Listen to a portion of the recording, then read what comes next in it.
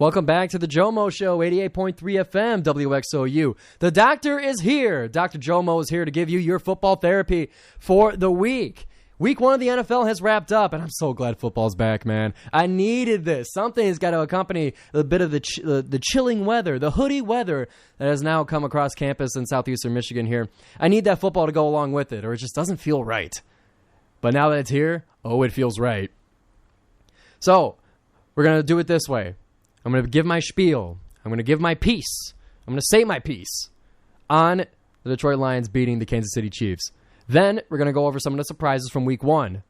And then I'm going to tell you guys how many games that I got correct in picking week 1 games. You guys will be surprised.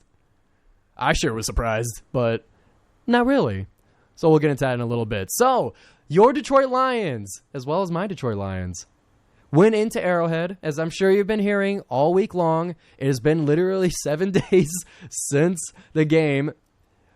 And, we've had some time to sit on it, to stew on it. That's why I like the show be on Thursdays, is because it gives you plenty of time to think about it, to chew on it, so that I'm not sitting here screaming in the microphone and I'm not, enraged and I'm not upset or overly joyed about the game. If you want those, then you can tune in an hour earlier on Thursdays for Detroit Rant Radio, hosted by Harj Buttar. That's the place. If you want loud screaming, if you want that raw sports emotion, then Harj has got you covered. Me, we got a little time to settle here on the GioMoShow. So, what are some of the takeaways from the Detroit Lions? I got them listed out. I wrote them right after the show, just like, what are some bullet points? What are some quick things that came to mind as I was watching the game? And the biggest thing, and you guys are going to boo me, which, I'd be surprised because I can't quite hear you guys. But my first thought was that if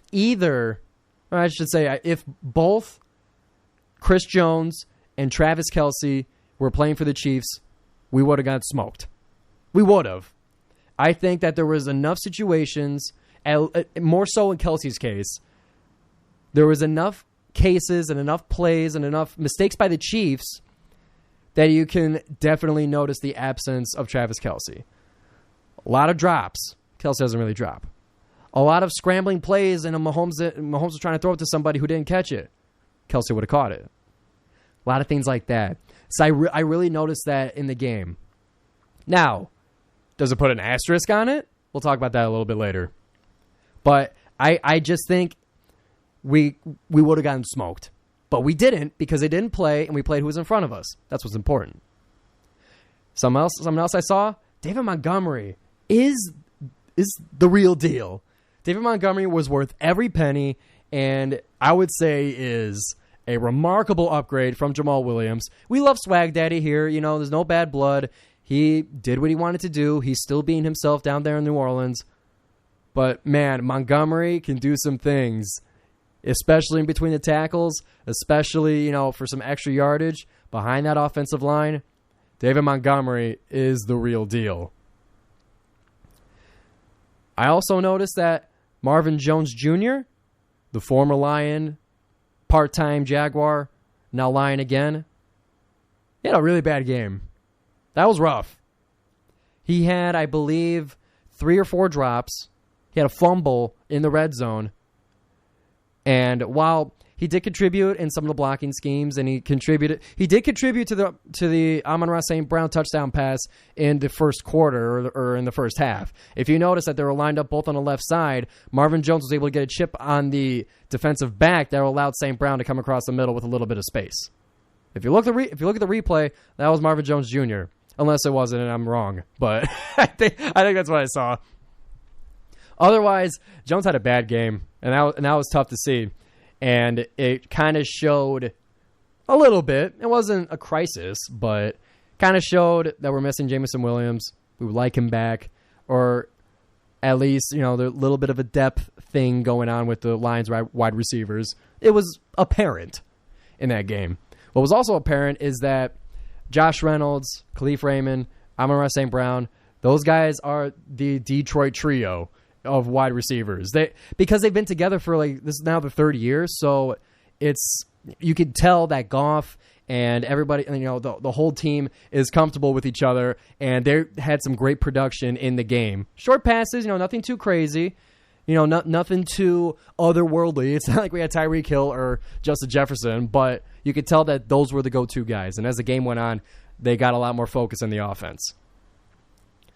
Speaking of the offense, Jahmyr Gibbs, whoo-wee!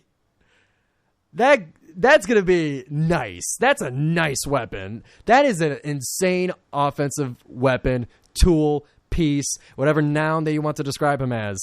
That guy is nice with it. And he only had, I think, about 7 carries, about 7 touches. And, with Seattle coming up next week, who knows? We might be seeing more Gibbs. We might be seeing a little bit more of that 1-2 punch. A little less focus on Montgomery. A little bit more on Gibbs. We'll see what happens. But the sky's the limit with that kid. I think it's fantastic. Speaking of sky's the limit for that kid. Not much of a kid anymore. Now he's going into his 2nd year. Aiden Hutchinson. Not only did he get completely screwed that game and would have had, I think, more than 2 sacks. I think he would have had 2+. If the line was 1.5 sacks, I would have bet the over. If, the officiating was a little bit more correct, less lenient towards the home team, usual stuff. But for me, I'm glad that everyone noticed it. I'm glad the TV broadcast noticed it. I'm glad that the rules analyst was hollering about it.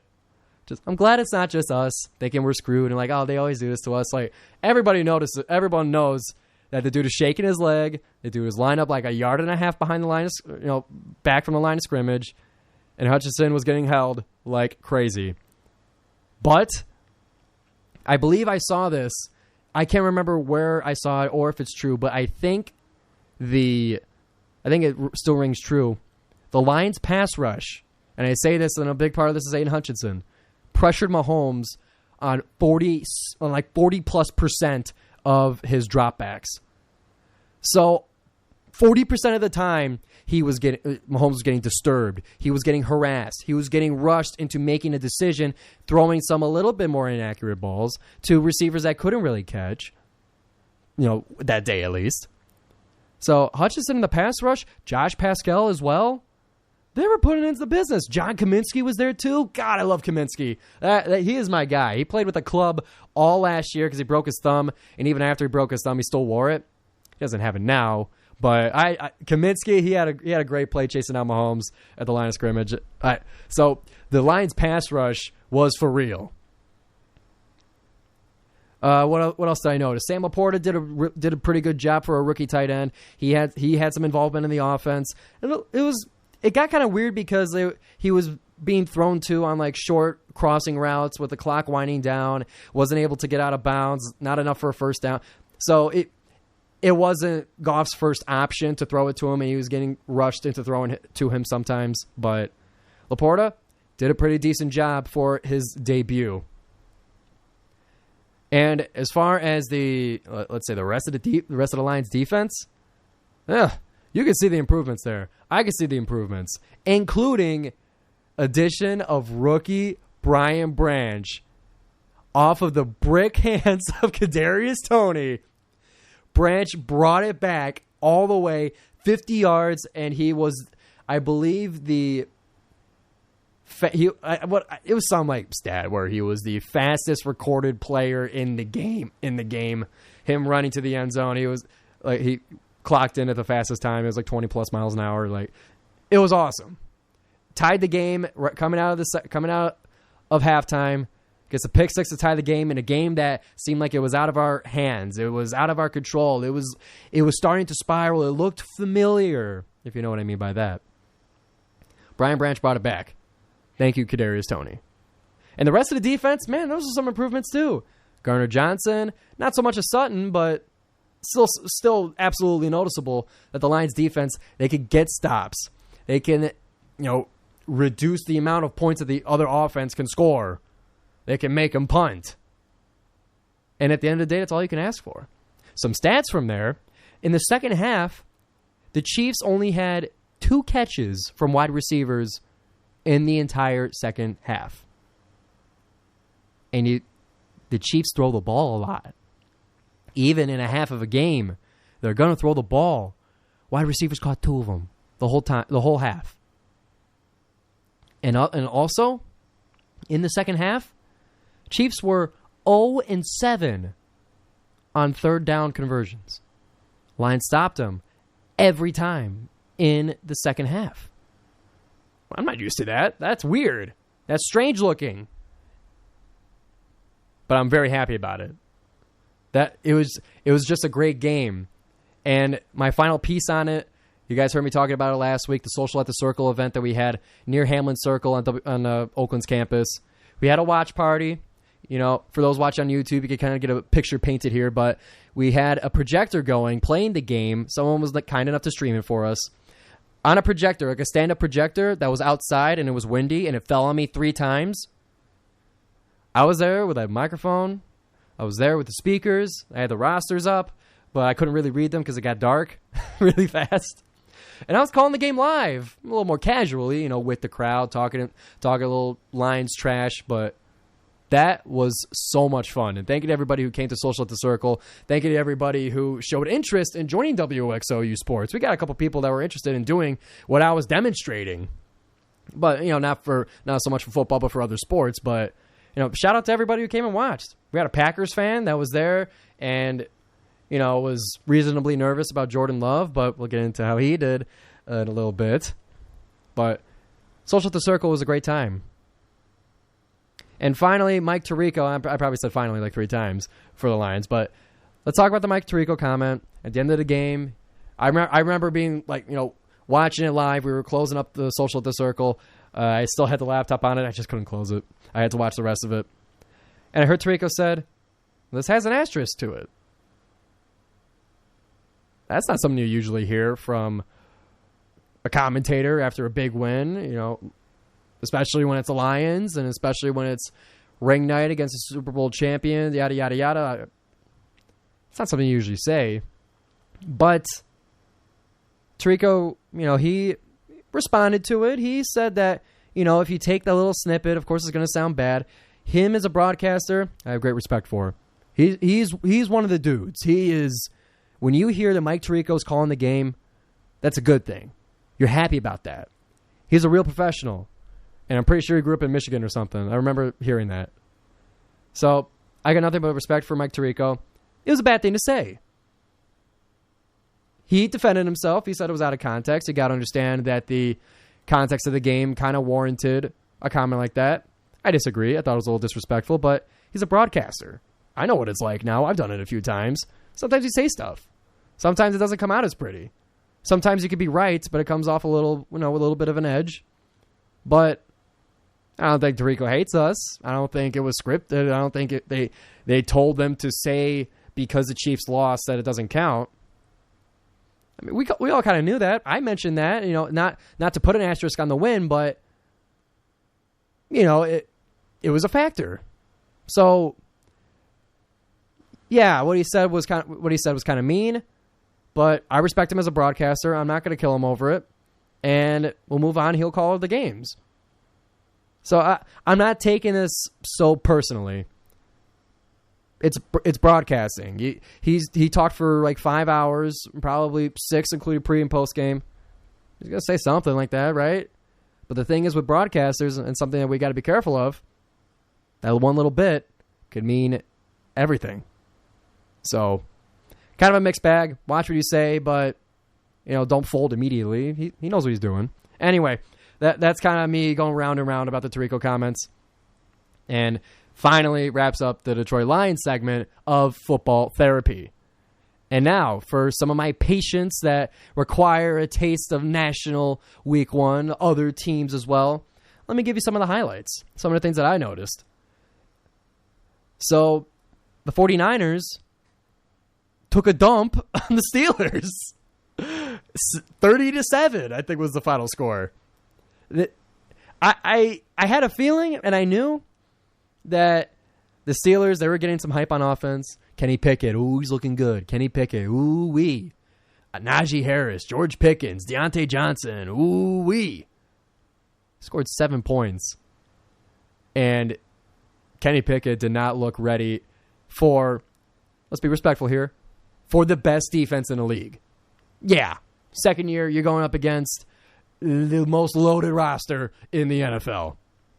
So, I don't know why it was such a surprise to everybody. The Steelers having a good offense hasn't been a thing in a very long time. So, yeah, it's going to happen against the best defense. So, yeah, but I didn't expect it to be that bad. Let's be real. That was a butt kicking. Anyway, moving on because we're getting low on time here. I got to be sure to give some time to Alex Johnson on the GioMo Show. Who was our interview for the week?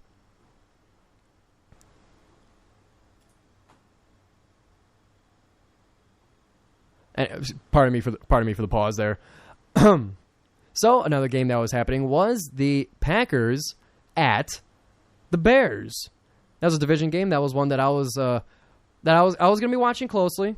I was going to be paying attention to that because it's in division. But I thought it was a interesting matchup. You get to see if the Packers, if Jordan Love's got it, does Justin Fields got it? Does the addition of DJ Moore really change that offense? Well, watching that game would be your answer to it. And the answer was the Bears are still owned by the Packers. That is the conclusion that everyone got from that game. 38-20. I don't know why I don't have the scores up, but Packers beat the crap out of the Bears in their house, destroying their dreams of, not being the team that had the number 1 overall pick last year. That happened. They traded it away really quick, so we forgot. I kind of forgot, but there's a long way to go from the number 1 overall pick. It's not an instant. It's not an instant boost. Although they were trying to make it seem like that, they were giving the comparisons of Justin Fields to Jalen Hurts when he got a good receiver in his third year. Josh Allen getting Stephon Diggs in his third year and really making him boost. Didn't quite seem to be the case against the Packers. And I talked to a Bears friend of mine, Angelo Grappito, who was on the second edition of Football Therapy on the GioMo Show, so you could go back on Instagram and on YouTube and Spotify to watch that. But he had some words to say about the Bears, and they are as follows. I asked him, what did he think of the offense? He said, it wasn't horrible at first, but became horrible pretty quickly. Offensive line is staggeringly bad. The defense was maybe even worse, though. Love had time to read War and Peace in the pocket every snap, and half of his throws were to guys that just didn't get covered.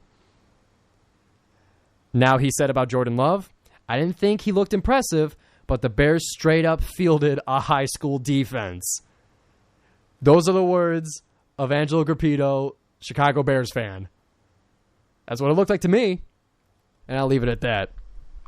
Browns still own Joe Burrow and the Bengals. That game was, I didn't watch that one, but you see the score. It's a lot to a little. This is the Browns' 6th win against the Bengals out of their 7 matchups. Myles Garrett was not shadow boxing, but shadow hooping in front of the center. He was doing a crossover like basketball and then crossed over the center. It still got by him. It was another butt kicking for the Browns against the Bengals. In other news, Tampa Bay beat the Vikings. That one I didn't expect to happen. Baker Mayfield looked really good. He looked like he was in command. He looked angry. He would make some runs. Maybe this was a rumor, but apparently he figured out the Vikings' defensive signals, so he knew what was happening. That was just kind of a scrolling through social media kind of thing, but I still thought that was really impressive. Pardon me, I'm multitasking here on the GioMo Show, getting ready for Alex Johnson's sneak peek of the interview. But we still got your football therapy to wrap up, and I'm going to make this one quick. So, anyway, Tampa Bay, they beat the Vikings. It was hilarious. I didn't expect it to happen. And then Monday Night Football, tragedy struck. There was a lot to that game, but in the first 4 plays, you guys have heard about it. It's the New York Jets lost Aaron Rodgers to a completely torn Achilles on the 4th play of him on the Jets. He's done. That was his Achilles. Gone. And now they had to, they had to field Zach Wilson. Not as prepared. I mean, because why would you be prepared if Aaron Rodgers is going to be quarterback? I mean, not that he had no idea what he was doing, but you know what I mean. You're never going to be as prepared when you got that guy at quarterback. But that was a heartbreaker. It's a complete bummer. It's almost not fair. I want an Aaron Rodgers. I go back and forth on this. On one hand, I wanted him to stink, but of course I don't want him to be injured. But I was also really buying into the Jets. Their story, at least. Were they going to make the Super Bowl? I don't know. They had a good shot at it. But that fan base, much like the Lions, is experiencing a renaissance. Is experiencing actually good football. Has a, unlike the Lions, championship-level defense. Top of the league. Like, they are the defense. Along with the 49ers and Dallas Cowboys. Definitely best defense in the AFC. That should be, that's without question. And to lose your quarterback like that, the one piece that you guys were missing, you guys got other pieces, but that was just such a heartbreaker. And that sucks. But on the other hand, Rodgers didn't die. He got injured. He's still going to be on the sideline. He's still going to be helping Zach Wilson. He's still going to be contributing in some way to the New York Jets. So he didn't die. People are writing obituaries for him. And it's sad, yeah, but let's cool it a little bit. They still got that defense. They still got Breece Hall. They still got Garrett Wilson. And even Dalvin Cook. Dalvin Cook and Breece Hall are insane as a running back duo. So you still have everything around you except the quarterback. Kind of like last year, but now those guys in defense, Sauce Gardner, Quinnen Williams in particular, some of their linebackers, I don't know their names, but they were insane too. But you got everything besides quarterback. You could still win with that. You can still win with Zach Wilson, with Aaron Rodgers in his ear. I would imagine that's going to be better than if he didn't have Aaron Rodgers in his ear. So the Jets, I think, are in worse shape, but overall not bad shape. But that still sucks. As far as the Bills go, Josh Allen is on fraud watch. I got to do it. That's 3 picks and a fumble. And choke the game away with all due respect, but the dude's on fraud watch. To bring my basketball segment into this, I'm keeping an eye on Josh Allen. He's gonna have to clean it up, or he's gonna be like a Brett Favre, where interceptions are just part of his game, and you could just accept that and have fun with it, kind of like a Jameis Winston kind of thing as well.